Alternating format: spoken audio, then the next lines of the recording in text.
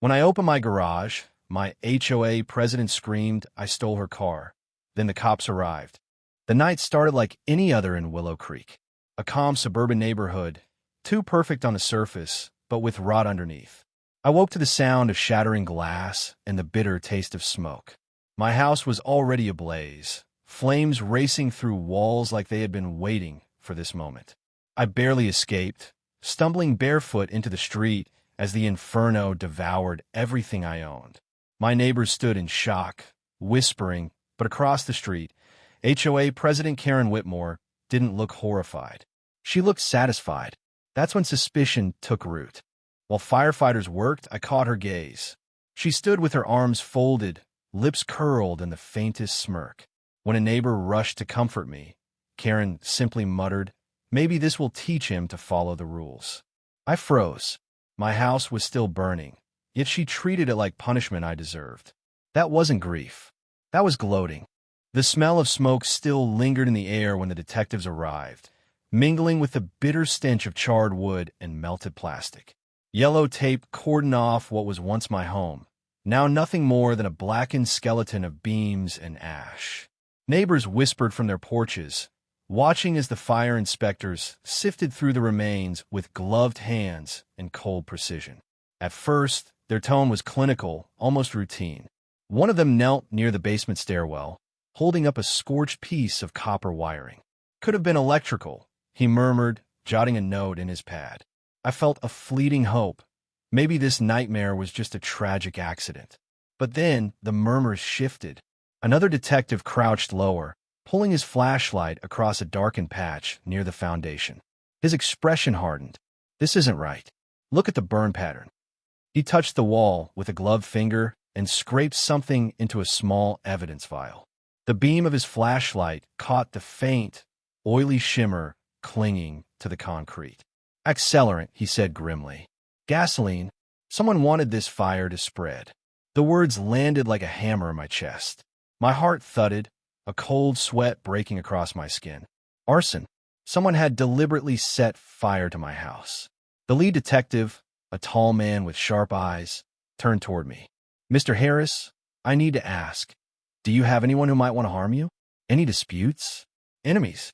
I stood in silence for a long moment, my throat dry.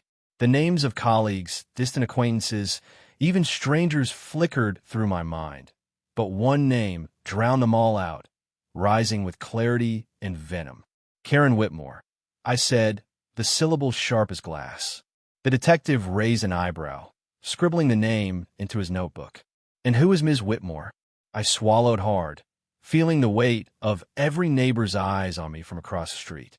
"She's the president of the HOA, and she's hated me from the day I moved in." The detective's pen paused for a beat. Then he nodded slowly, as though the pieces were already beginning to fall into place. The police weren't shocked when Karen's name came up. If anything, they exchanged glances that told me they'd already heard it whispered before. Soon, the neighborhood began to crack open like a brittle shell. One by one, people who had once smiled politely at block parties or waved while walking their dogs started speaking up, quietly, almost guiltily, as though afraid Karen herself might be listening. Mrs. Reynolds from across the street wrung her hands as she spoke to an officer. She told me more than once that she couldn't stand his fence, said it ruined the uniform aesthetic of the cul-de-sac. When he refused to change it, she didn't take it well. Another neighbor, a younger man who usually kept to himself, added in a low voice, "I'd see her car circling late at night. Headlights off, just idling by his place. Once I thought I saw her writing something down. Maybe notes, maybe, I don't know." His voice trailed off, eyes darting nervously toward the yellow tape around my ruined house. The stories stacked higher. A mother of two admitted she saw Karen standing on her porch one evening, snapping pictures of my backyard with her phone. A retiree confessed he overheard her muttering during a community meeting, saying I was a stain on the neighborhood and that she'd rather see ashes than noncompliance. "She hated you," one neighbor finally said outright, her voice hushed but steady. "She said she'd rather see your house gone than standing the way it was." The words spread like wildfire, traveling from porch to porch, whispered over fences and behind curtains. Suddenly, the pristine suburb with its manicured lawns and freshly painted shutters didn't feel safe anymore.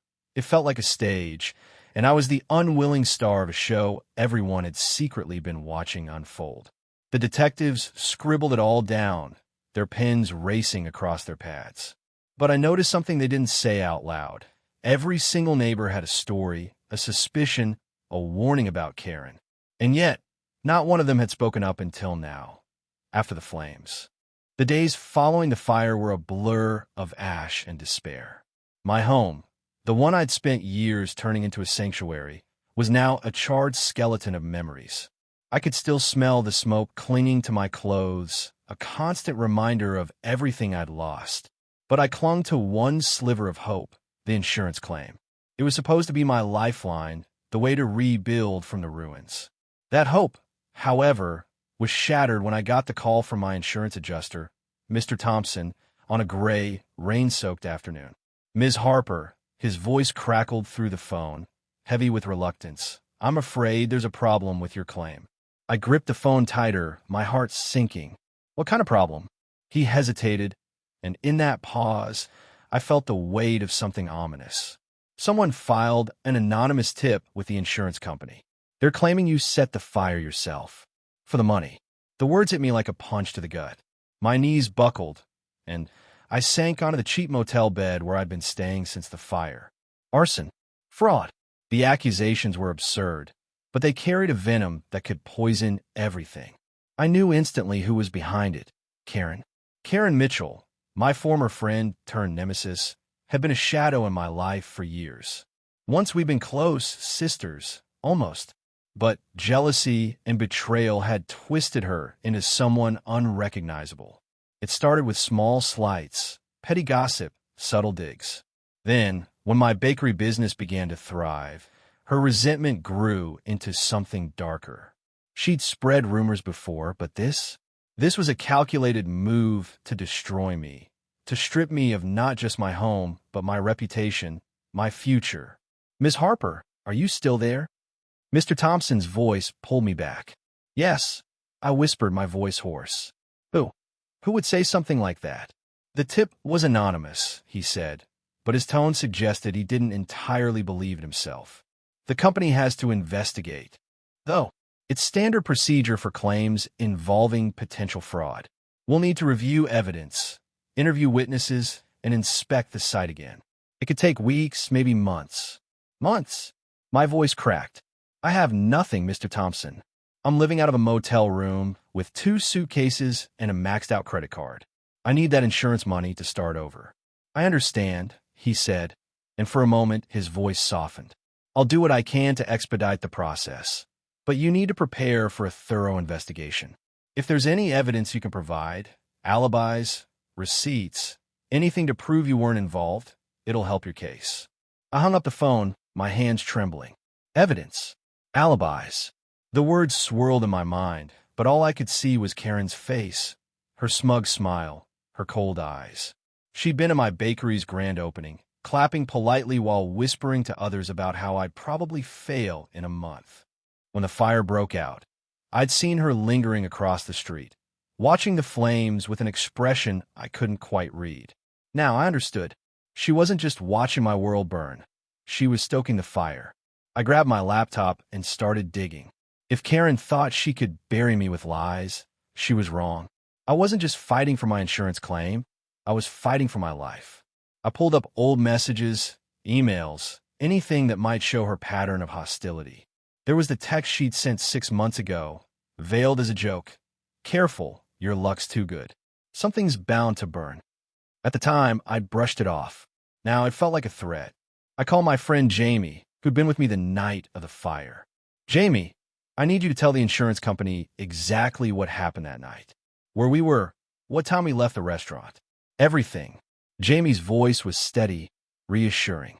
Of course, Sarah. I've got your back. But do you really think Karen would go this far? I don't think, I said, my voice hardening. I know. The next day, I drove to the ruins of my house. The blackened beams and shattered windows stared back at me, a grim reminder of what was at stake. I met with the fire investigator, a no-nonsense woman named Detective Alvarez. She walked me through the site, pointing out where the fire had started, an electrical outlet in the garage, according to the initial report. Any chance this was deliberate? I asked, my heart pounding. She glanced at me, her expression unreadable. We're looking into all possibilities. The outlet could have been faulty, but we're also checking for accelerants. If someone tampered with it, we'll find out. I nodded, but my mind was racing. Karen lived just 2 blocks away. She knew my schedule, my habits. If anyone could have slipped into my garage unnoticed, it was her. But proving it? That was the challenge. As I left the site, my phone buzzed with a text from an unknown number. "You can't rebuild on lies, Sarah." My blood ran cold. It was her. It had to be. I saved the message, my resolve hardening. Karen wanted a war, and I wasn't going to let her win. Over the next week, I became my own detective. I tracked down neighbors who might have seen something the night of the fire. I scoured social media for any hint of Karen's involvement. One post caught my eye, a cryptic status she'd shared the day after the fire. Some people get what they deserve. It wasn't proof, but it was fuel for my determination. The insurance investigation dragged on, each day a test of my patience. But I wasn't just waiting. I was building a case, piece by piece, to clear my name and expose Karen for what she was. This wasn't just about money anymore. It was about justice. I wasn't going to break. Karen's anonymous tip to the insurance company had painted a target on my back, accusing me of torching my own home for profit. The accusation was a knife in my heart, but it only sharpened my resolve. I'd lost my house, my savings were dwindling, and I was living out of a dingy motel room, but I refused to let her destroy me. With Detective Alvarez by my side and a growing stack of evidence, I was piecing together a case to expose Karen's lies and prove my innocence. Each clue was a thread, and I was pulling them together to tighten the noose around her. The first break came from Mrs. Delaney, the eagle-eyed widow 2 houses down who noticed everything. She'd been sorting her trash the morning after the fire when she found something odd, a jagged fragment of a red gas can, half melted, buried under a pile of junk mail. "It's not mine," she said, her voice trembling with suspicion as she handed me a cup of tea. "I don't even use gasoline." I convinced her to let me take the fragment, promising to handle it carefully. Detective Alvarez sent it to the lab, and within days, we had a hit. The serial number traced back to a hardware store on the edge of town. Their records showed Karen had bought a gas can with her credit card 2 days before my house went up in flames. It wasn't a smoking gun, but it was a crack in her armor, a crack I intended to pry open. Next came the surveillance footage. Mr. Patel, my neighbor across the street, had installed a security camera after a spate of package thefts. When I asked to see the footage from the night of the fire, he hesitated, his brow furrowed. "Sarah, I don't want to get mixed up in this," he said, glancing nervously at his front door. But after I explained how Karen's lies could ruin me, he relented. The footage was grainy, but it was gold.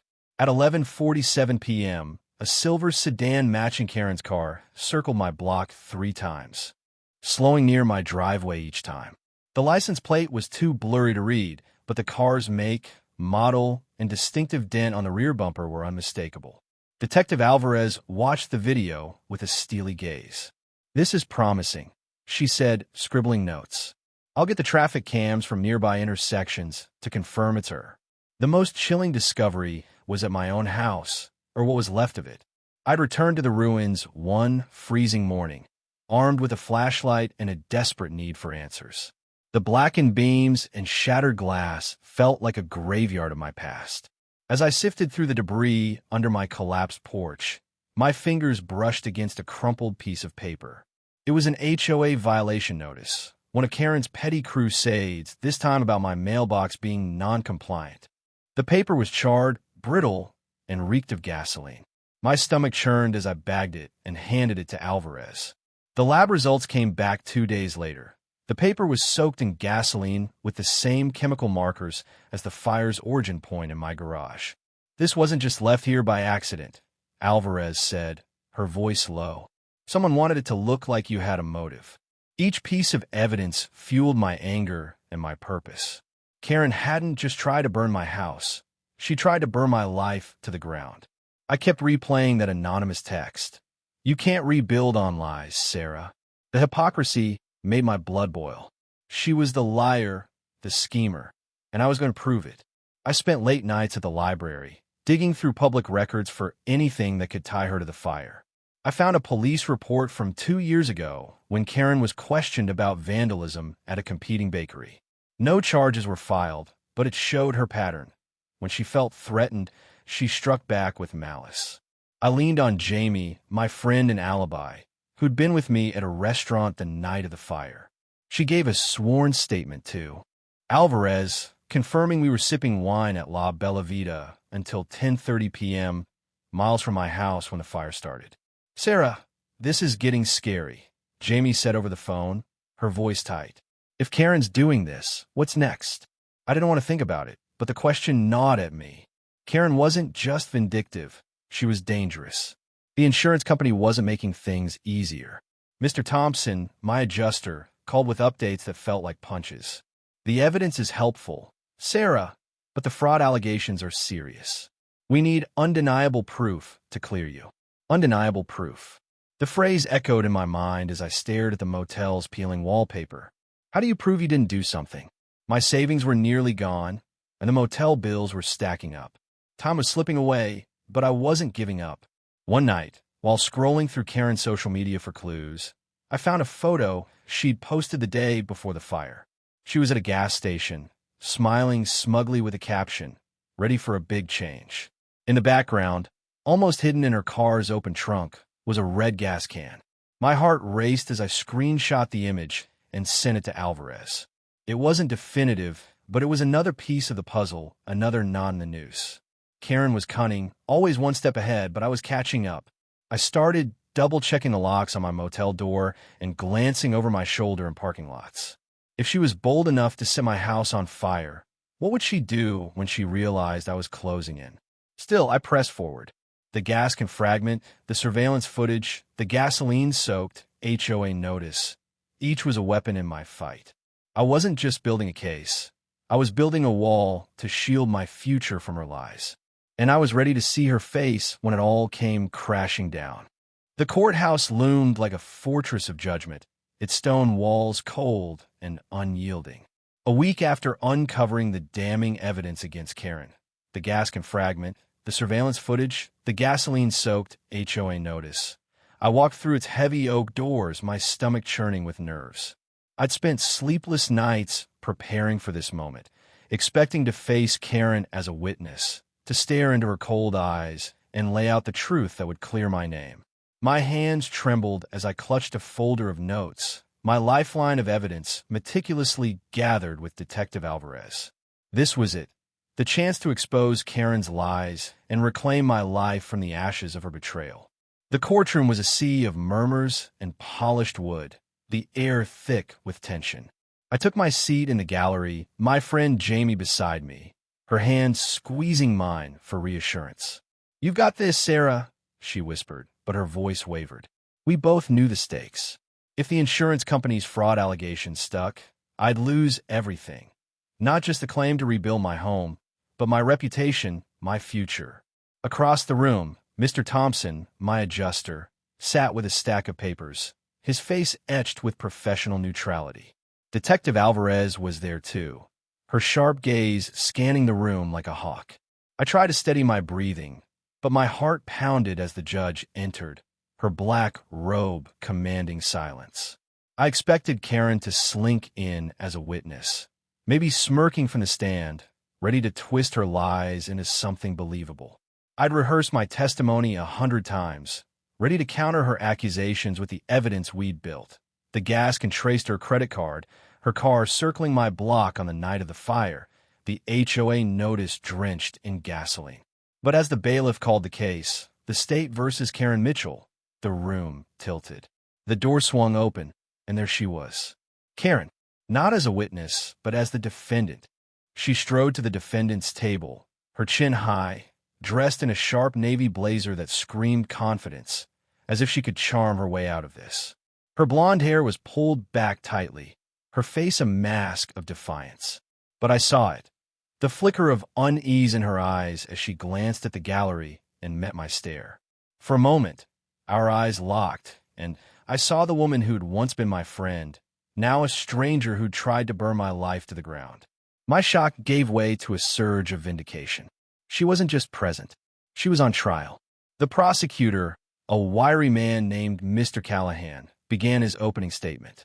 Ladies and gentlemen, the evidence will show that Karen Mitchell deliberately set fire to Sarah Harper's home, attempting to frame her for insurance fraud. His voice was steady, cutting through the room like a blade. He outlined the case. The gas can fragment found in a neighbor's trash, purchased by Karen days before the fire. The surveillance footage of her car prowling my street at 11:47 p.m. The HOA notice, soaked in gasoline, linking her to the fire's origin. Each point landed like a hammer, and I felt the weight of weeks, months, of fear and doubt begin to lift. Karen's lawyer, a slick man in an expensive suit, countered with a smooth narrative. My client is a respected member of the community, targeted by a desperate woman seeking to deflect blame, he said, gesturing toward me. My blood boiled, but I kept my composure, knowing the evidence was on my side. The trial unfolded over hours, each witness adding to the tapestry of truth. Mrs. Delaney testified about the gas can fragment, her voice quivering but resolute. Mr. Patel described the surveillance footage, confirming the silver sedan's suspicious movements. Detective Alvarez took the stand, her testimony clinical and devastating, presenting the lab results that tied the gasoline on the HOA notice to the fire's source. When it was my turn, I walked to the stand, my legs steady despite the knot in my chest. I recounted the night of the fire, my alibi with Jamie, and Karen's history of resentment. Her snide comments, her cryptic text. "You can't rebuild on lies, Sarah." I held up the screenshot of her social media post, the gas can visible in her car's trunk, and watched the jury's faces harden. Karen's lawyer cross-examined me, trying to paint me as a scorned woman with a vendetta, but I didn't waver. The evidence spoke louder than his insinuations. Then Karen took the stand. Her voice was calm, almost rehearsed, as she denied everything. "I would never hurt Sarah," she said, her eyes glistening with crocodile tears. "We had our differences, but arson? That's absurd." She claimed the gas can was for her lawnmower, the HOA notice a coincidence, the surveillance footage a misunderstanding. But her story cracked under Callahan's relentless questioning. He pressed her on the purchase records, the timing of her car's movements, the gasoline's chemical match. Her composure faltered, her answers growing vague, her hands fidgeting. As the day wore on, the courtroom felt like a pressure cooker. The jury deliberated for only 2 hours before returning. The foreman stood, his voice clear. "We find the defendant, Karen Mitchell, guilty of arson and attempted insurance fraud." A gasp rippled through the room. Karen's face crumpled, her facade finally breaking. She turned to me, her eyes blazing with fury, but I held her gaze, unyielding. This wasn't just a victory, it was justice. The judge set sentencing for the following week, but as Karen was led away in handcuffs, I felt a strange mix of relief and hollowness. The insurance company would process my claim now, and I could start rebuilding. But the scars of her betrayal would linger. Jamie hugged me tightly as we left the courthouse, the late afternoon sun casting long shadows. "You did it, Sarah," she said. I nodded, but my mind was already turning to the future. Karen was behind bars, but I knew this wasn't the end. People like her didn't give up easily. I'd won this battle, but I had to stay vigilant for whatever came next. The courtroom felt like a crucible, every word and glance forging the fate of those within its walls. I sat in the gallery, my hands clenched in my lap, the weight of the past weeks pressing against my chest. The trial of Karen Mitchell, my former friend, my betrayer, had reached its fever pitch. The evidence I'd painstakingly gathered with Detective Alvarez, the gas can fragment, the surveillance footage of her car, the gasoline-soaked HOA notice had brought us here to this moment. But today, the focus wasn't just on me. Karen's actions had rippled beyond my burned-out home, ensnaring others in her web of vengeance. One of them was Tom Reynolds, a quiet widower from down the street whose only crime was refusing to bow to Karen's HOA tyranny. Now, as the prosecutor tore into her, the courtroom was about to witness the true Karen Mitchell. Karen's lawyer, Mr. Grayson, stood with the confidence of a man paid to spin gold from straw. His voice was smooth, almost hypnotic, as he painted a portrait of Karen that bore no resemblance to the woman I knew. "My client is a misunderstood community leader," he declared, pacing before the jury. Karen Mitchell dedicated years to upholding the standards of her neighborhood, ensuring safety and order. She cared about her community, not destruction. He gestured toward Karen, who sat at the defendant's table, her navy blazer crisp, her expression a carefully crafted mask of sincerity. "The prosecution wants you to believe she's a criminal mastermind, but the truth is far simpler. She's a woman who made mistakes, yes, but arson? Fraud? These are baseless accusations from a desperate plaintiff seeking to deflect blame." I glanced at Tom, seated a few rows away. His weathered face was tight with anger, his hands gripping the bench. Karen had targeted him too, issuing relentless HOA violations over his overgrown lawn and faded mailbox. Petty infractions she'd used to bully him into submission. When he refused to comply, she'd escalated, just as she had with me. The prosecutor, Mr. Callahan, had revealed earlier that Tom's garage had been vandalized weeks before my fire, with traces of gasoline found near his property line. The connection wasn't hard to make. Karen's community leadership was a reign of terror, and today it was unraveling. Callahan stood, his wiry frame radiating intensity. "Ms. Mitchell," he began, his voice sharp as he approached the witness stand where Karen now sat, "let's talk about your commitment to safety. Did you or did you not send a letter to Mr. Tom Reynolds threatening to have his house condemned if he didn't comply with your HOA demands?" Karen's lips tightened, but her voice remained steady. "I sent a notice, yes. As HOA president, it was my duty to enforce the rules. Mr. Reynolds' property was an eyesore, dragging down the neighborhood's value." Callahan raised an eyebrow, holding up a document for the jury.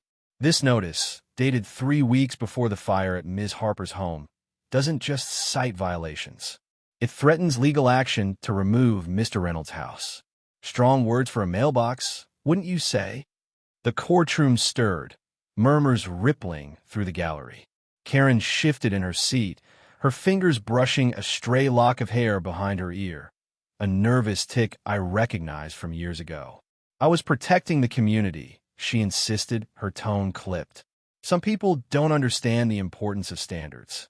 "Protecting the community," Callahan repeated, his voice dripping with skepticism. "Is that why you purchased a gas can from Harper's Hardware on June 12th, 2 days before Ms. Harper's house burned? The same gas can whose fragments were found in a neighbor's trash." Grayson shot to his feet. "Objection. Speculative." The judge, a stern woman with steel-gray hair, peered over her glasses. "Overruled. The witness will answer." Karen's composure faltered, her eyes darting to her lawyer. "I bought it for my lawnmower," she said, her voice a touch too quick. "It's a coincidence." "A coincidence," Callahan said, pacing slowly. "Like the surveillance footage of your silver sedan circling Ms. Harper's block 3 times at 11:47 p.m. the night of the fire? Or the gasoline-soaked HOA notice, identical to the one you sent Ms. Harper, found under her porch, chemically matched to the fire's origin." Gasps rippled through the courtroom. I leaned forward, my pulse racing. Karen's mask was cracking, her carefully curated image splintering under Callahan's relentless pressure. She opened her mouth to respond, but Callahan didn't let up. "And let's not forget Mr. Reynolds. Did you or did you not threaten to have his house removed if he didn't comply?" Karen's face flushed, her eyes blazing with a mix of fear and defiance. "Because he was dragging down the neighborhood," she snapped, her voice sharp enough to cut glass. The courtroom fell silent, the weight of her words hanging in the air. The jury saw it, the venom in her voice, the entitlement in her glare. It wasn't the response of a community leader. It was the outburst of a woman caught in her own lies. Callahan seized the moment, his voice calm but piercing. "Dragging down the neighborhood," he echoed. So you took it upon yourself to act by vandalizing Mr. Reynolds' garage with gasoline, by setting Ms. Harper's house ablaze, by filing a false tip to frame her for fraud, all to enforce your vision of a perfect community. Karen's lawyer objected again, but the damage was done. The jury's faces were a mix of shock and disgust. I glanced at Tom, who met my eyes with a nod, his jaw tight. We were both victims of Karen's vendetta, but today, we were witnesses to her downfall. Callahan continued, presenting the evidence with surgical precision. The hardware store receipt, the lab report confirming the gasoline's chemical signature, the social media post showing the gas in Karen's trunk. Each piece was a nail in her coffin. When it was my turn to testify, I took the stand with a fire in my chest. I recounted Karen's years of resentment, her snide comments about my bakery, her cryptic text, "You can't rebuild on lies, Sarah." I held up the screenshot of her gas station post, the red gas can gleaming in her trunk, and watched the jury's eyes narrow. Grayson cross-examined me, trying to paint me as vengeful, but I didn't waver. "I lost my home," I said, my voice steady, "but I won't lose my truth." Tom's testimony followed, his voice rough with emotion as he described Karen's harassment, the endless HOA notices, the vandalism, the fear that his home would be next. "She wanted control," he said, his hands trembling. "And when I wouldn't give it to her, she lashed out." The day stretched on, each witness adding to the weight of Karen's guilt. Detective Alvarez testified about the investigation, her voice clinical as she detailed the evidence chain. Mrs. Delaney spoke of the gas can fragment in her trash, her frail hands steady as she pointed at Karen. Mr. Patel described the surveillance footage, his voice firm despite his nervousness. Karen's defense crumbled. Grayson tried to redirect, painting her as a stressed woman overwhelmed by her HOA duties, but the jury wasn't buying it. Her outburst had revealed her true nature, a woman driven by control, not community. When she took the stand again, her answers were evasive, her confidence eroded. "I didn't do this," she insisted, but her voice trembled and her eyes avoided the jury. As closing arguments began, Callahan's words were a blade. Karen Mitchell didn't just break the law. She broke trust, homes, and lives. She used her position to intimidate, to destroy, and to deflect blame. The evidence is clear, and justice demands accountability. Grayson's closing was polished but hollow, unable to counter the mountain of proof. The jury deliberated for 3 hours, each minute an eternity. When they returned, the foreman's voice was steady. "We find the defendant, Karen Mitchell, guilty on all counts: arson, vandalism, and attempted insurance fraud." The courtroom erupted in murmurs. Karen's head dropped, her shoulders shaking as the bailiff approached with handcuffs. She turned to me, her eyes burning with a mix of hatred and desperation, but I held her gaze, unyielding. This was justice, but it wasn't joy. It was survival. Outside the courthouse, the air was crisp, the sky a bruised purple. Jamie hugged me, tears in her eyes. "You did it, Sarah," she said. Tom joined us, offering a quiet handshake. "We did it," he corrected, his voice heavy but relieved. The insurance company would process my claim now, and Tom's vandalism case was resolved, but the scars remained. Karen was gone, but her shadow lingered, a reminder that trust, once broken, leaves cracks that never fully heal. As I walked to my car, my phone buzzed with a notification. It was a message from an unknown number. "This isn't over." My heart skipped, but I deleted it, refusing to let fear take root again. I'd faced Karen in the crossfire and won. Whatever came next, I was ready. The courtroom was a pressure cooker, the air thick with anticipation as the judge's gavel hovered like a guillotine. I sat in the gallery, my hands clasped so tightly my knuckles ached, my heart pounding in rhythm with the ticking clock on the wall. The trial of Karen Mitchell, my former friend, my arsonist, had consumed my life for months. The evidence we'd fought to uncover, the gas can fragment from Mrs. Delaney's trash, the surveillance footage of Karen's car circling my block, the gasoline-soaked HOA notice under my porch, had painted a damning picture.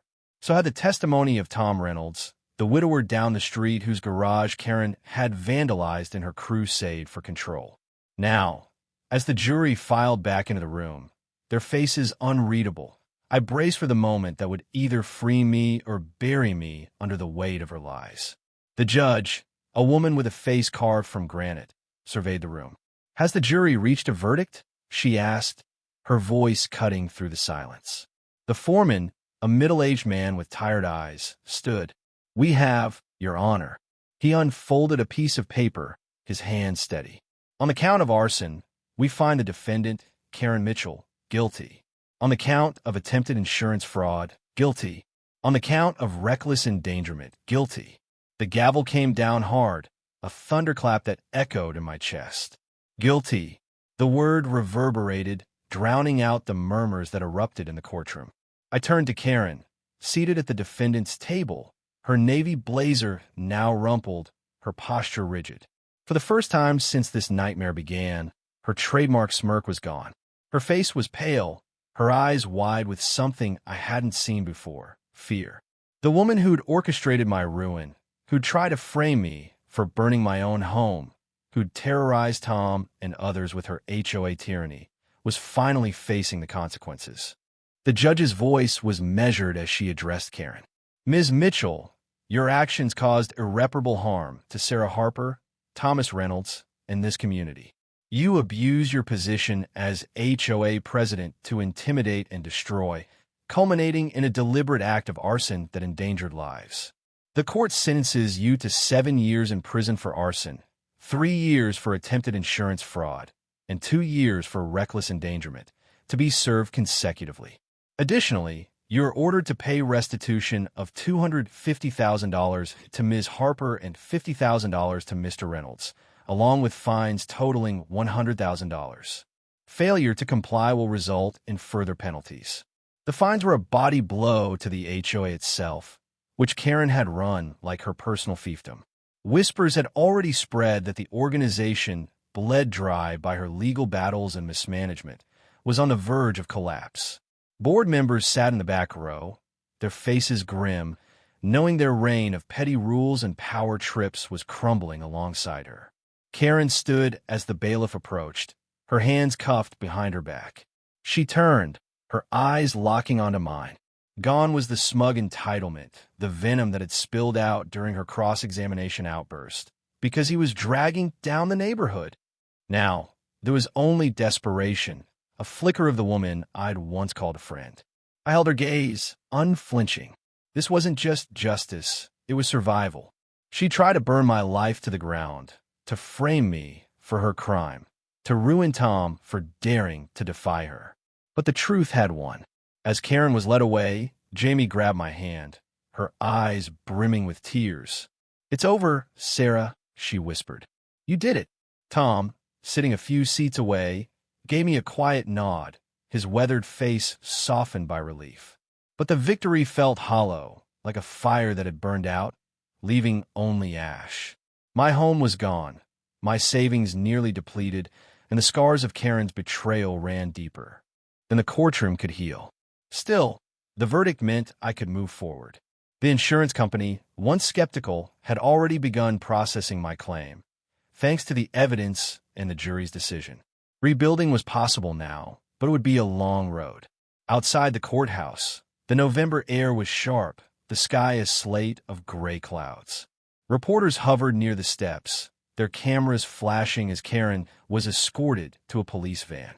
I avoided them, slipping around the corner with Jamie and Tom. "What now?" Tom asked, his voice rough. He'd been through his own ordeal, months of harassment, a vandalized garage, the fear that his home would be next. I didn't have an answer, but I offered a small smile. "We start over," I said. "Together." Back at the motel, I sat on the lumpy bed, staring at the folder of evidence that had saved me. The gas can receipt, the surveillance stills, the lab report on the HOA notice, it was all there, a testament to my refusal to break. But as I closed the folder, my phone buzzed with a notification. Another message from an unknown number. "You think this ends it? Watch your back."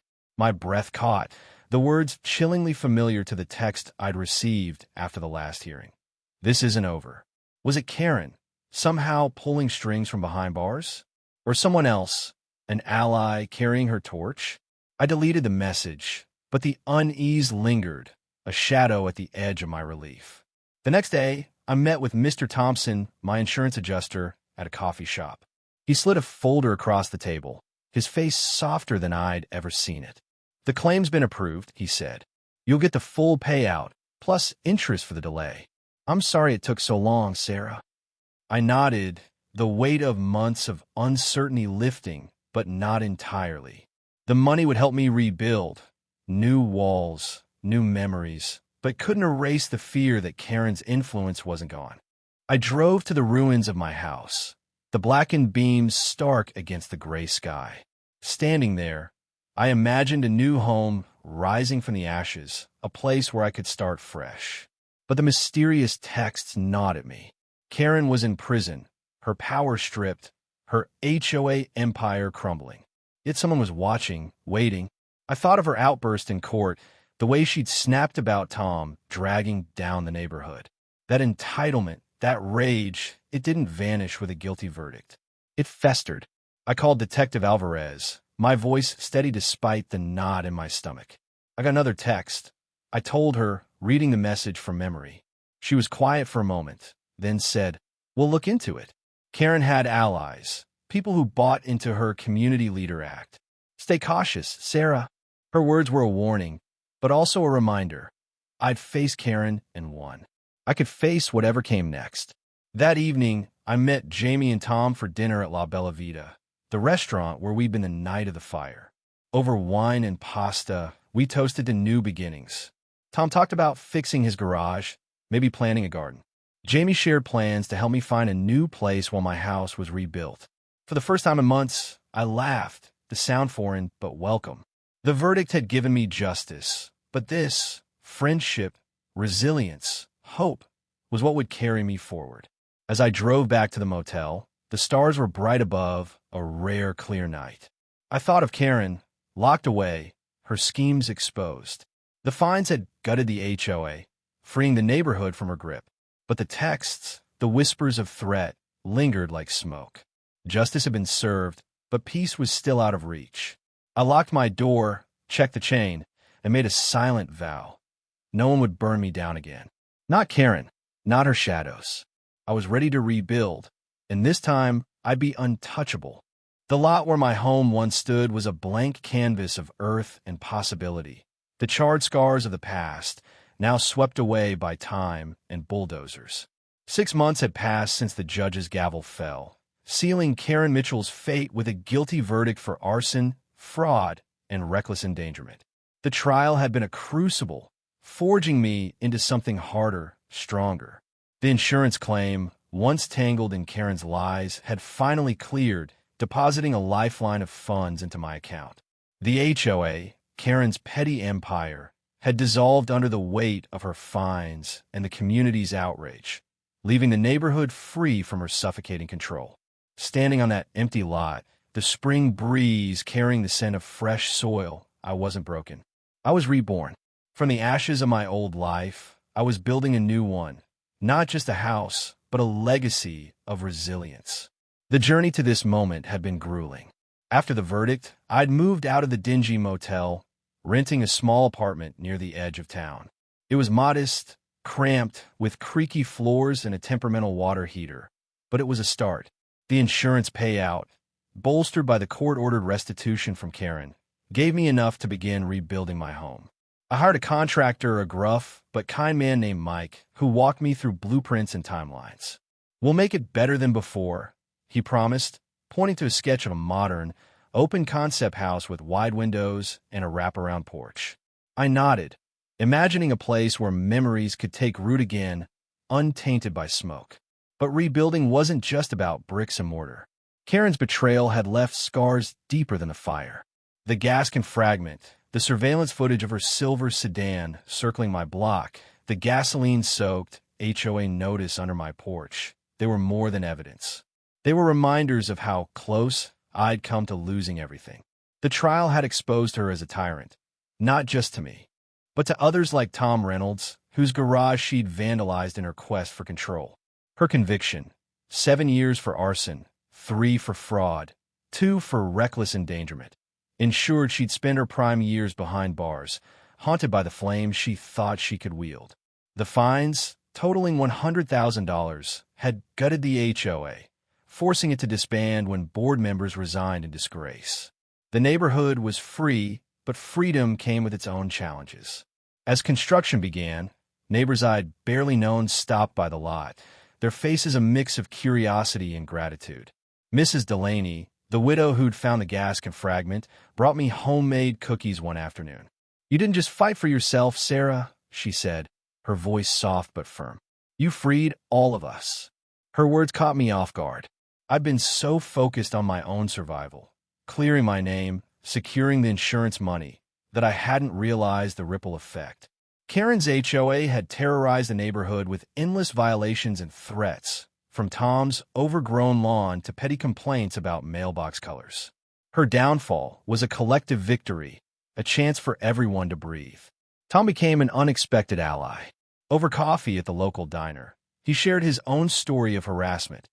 HOA notices piling up after his wife's death, when grief left him too weary to mow the lawn or paint the fence. Karen saw weakness and pounced, he said, his eyes distant. But you stopped her. He'd started fixing his garage, even planting a small garden in his wife's memory. His quiet resilience mirrored my own, and we formed a bond, meeting weekly to share progress and plans. Jamie, my steadfast friend, joined us too, her humor a balm for the wounds we all carried. Together, we were rebuilding not just our homes, but our sense of community. Yet the shadow of Karen's influence lingered. The mysterious texts I'd received. "This isn't over after the trial. Watch your back." After the verdict, haunted me. Detective Alvarez had traced the numbers to burner phones, unlinked to Karen, but suspicious enough to keep her on alert. She had allies, Alvarez warned during a phone call. People who bought her community leader act. Stay vigilant. I did. I installed a security system in my apartment, checked my locks obsessively, and avoided walking alone at night. The fear was a low hum, but I refused to let it drown out my progress. The construction site became my sanctuary. I visited daily, watching the foundation poured, the walls rise, the roof take shape. Mike and his crew worked tirelessly, their banter a welcome distraction. One day, as they framed the living room, I found a small, singed trinket in the dirt, a keychain from my old bakery, miraculously intact. I clutched it, tears stinging my eyes. The fire had taken so much, but it hadn't taken everything. I slipped the keychain into my pocket, a talisman of survival. The neighborhood began to change. Without the HOA's iron grip, people relaxed. Mr. Patel, who'd provided the surveillance footage, painted his fence a bright blue, defying Karen's old rules. Families held barbecues, unafraid of violation notices. A group of residents, inspired by the trial, started a community council, not to police, but to support. They asked me to join, citing my courage in taking down Karen. I hesitated, wary of any role that echoed her power, but Tom convinced me. "You're not her," he said. "You'll do it right." I agreed, helping organize cleanups and fundraisers, turning the neighborhood into a place of connection rather than control. As the house neared completion, I faced a new challenge, the emotional weight of moving forward. The trial had been a victory, but it hadn't erased the betrayal. I dreamed of the fire some nights, waking in a cold sweat, the smell of smoke lingering in my mind. Jamie suggested therapy, and I started seeing a counselor, Dr. Ellis, who helped me unpack the trauma. "You're not just rebuilding a house," she said during one session. "You're rebuilding trust in yourself, in others." Her words stuck with me, guiding me as I chose paint colors and furniture, making the new house my own. One evening, as I walked through the nearly finished house, the walls still smelling of fresh paint, my phone buzzed with another text. "You'll never be safe." My heart raced, but I forwarded it to Alvarez and took a deep breath. I wasn't the scared woman who'd sifted through ashes months ago. I was stronger, forged in the crucible of Karen's fire. Alvarez called within the hour, her voice calm but urgent. We're closing in on a lead, she said. A former HOA member, loyal to Karen, bought a burner phone last week. We're watching him. The news was unsettling but empowering. I wasn't alone in this fight. The day I moved into the new house was bright, the sky a vivid blue. Jamie and Tom helped carry boxes, their laughter filling the empty rooms. The wraparound porch gleamed, the windows letting in streams of sunlight. I hung the bakery keychain on a hook by the door, a reminder of what I'd overcome. Neighbors stopped by with casseroles and congratulations, their warmth a stark contrast to Karen's rain. Mrs. Delaney hugged me tightly. "This is your victory," she said. I smiled, but my eyes drifted to the street, scanning for shadows. That night, I sat on the porch, a glass of wine in hand, staring at the stars. Karen was in prison, her best years stolen by her own actions. The HOA was gone, the neighborhood free. The fire had taken my home, but in the ashes, I'd risen stronger. I'd built more than a house. I'd built power, not over others, but over my own destiny. The texts, the threats, they were sparks in the dark, but I was no longer flammable. Whatever came next, I was ready. Karen had lit the match, but I was the flame now,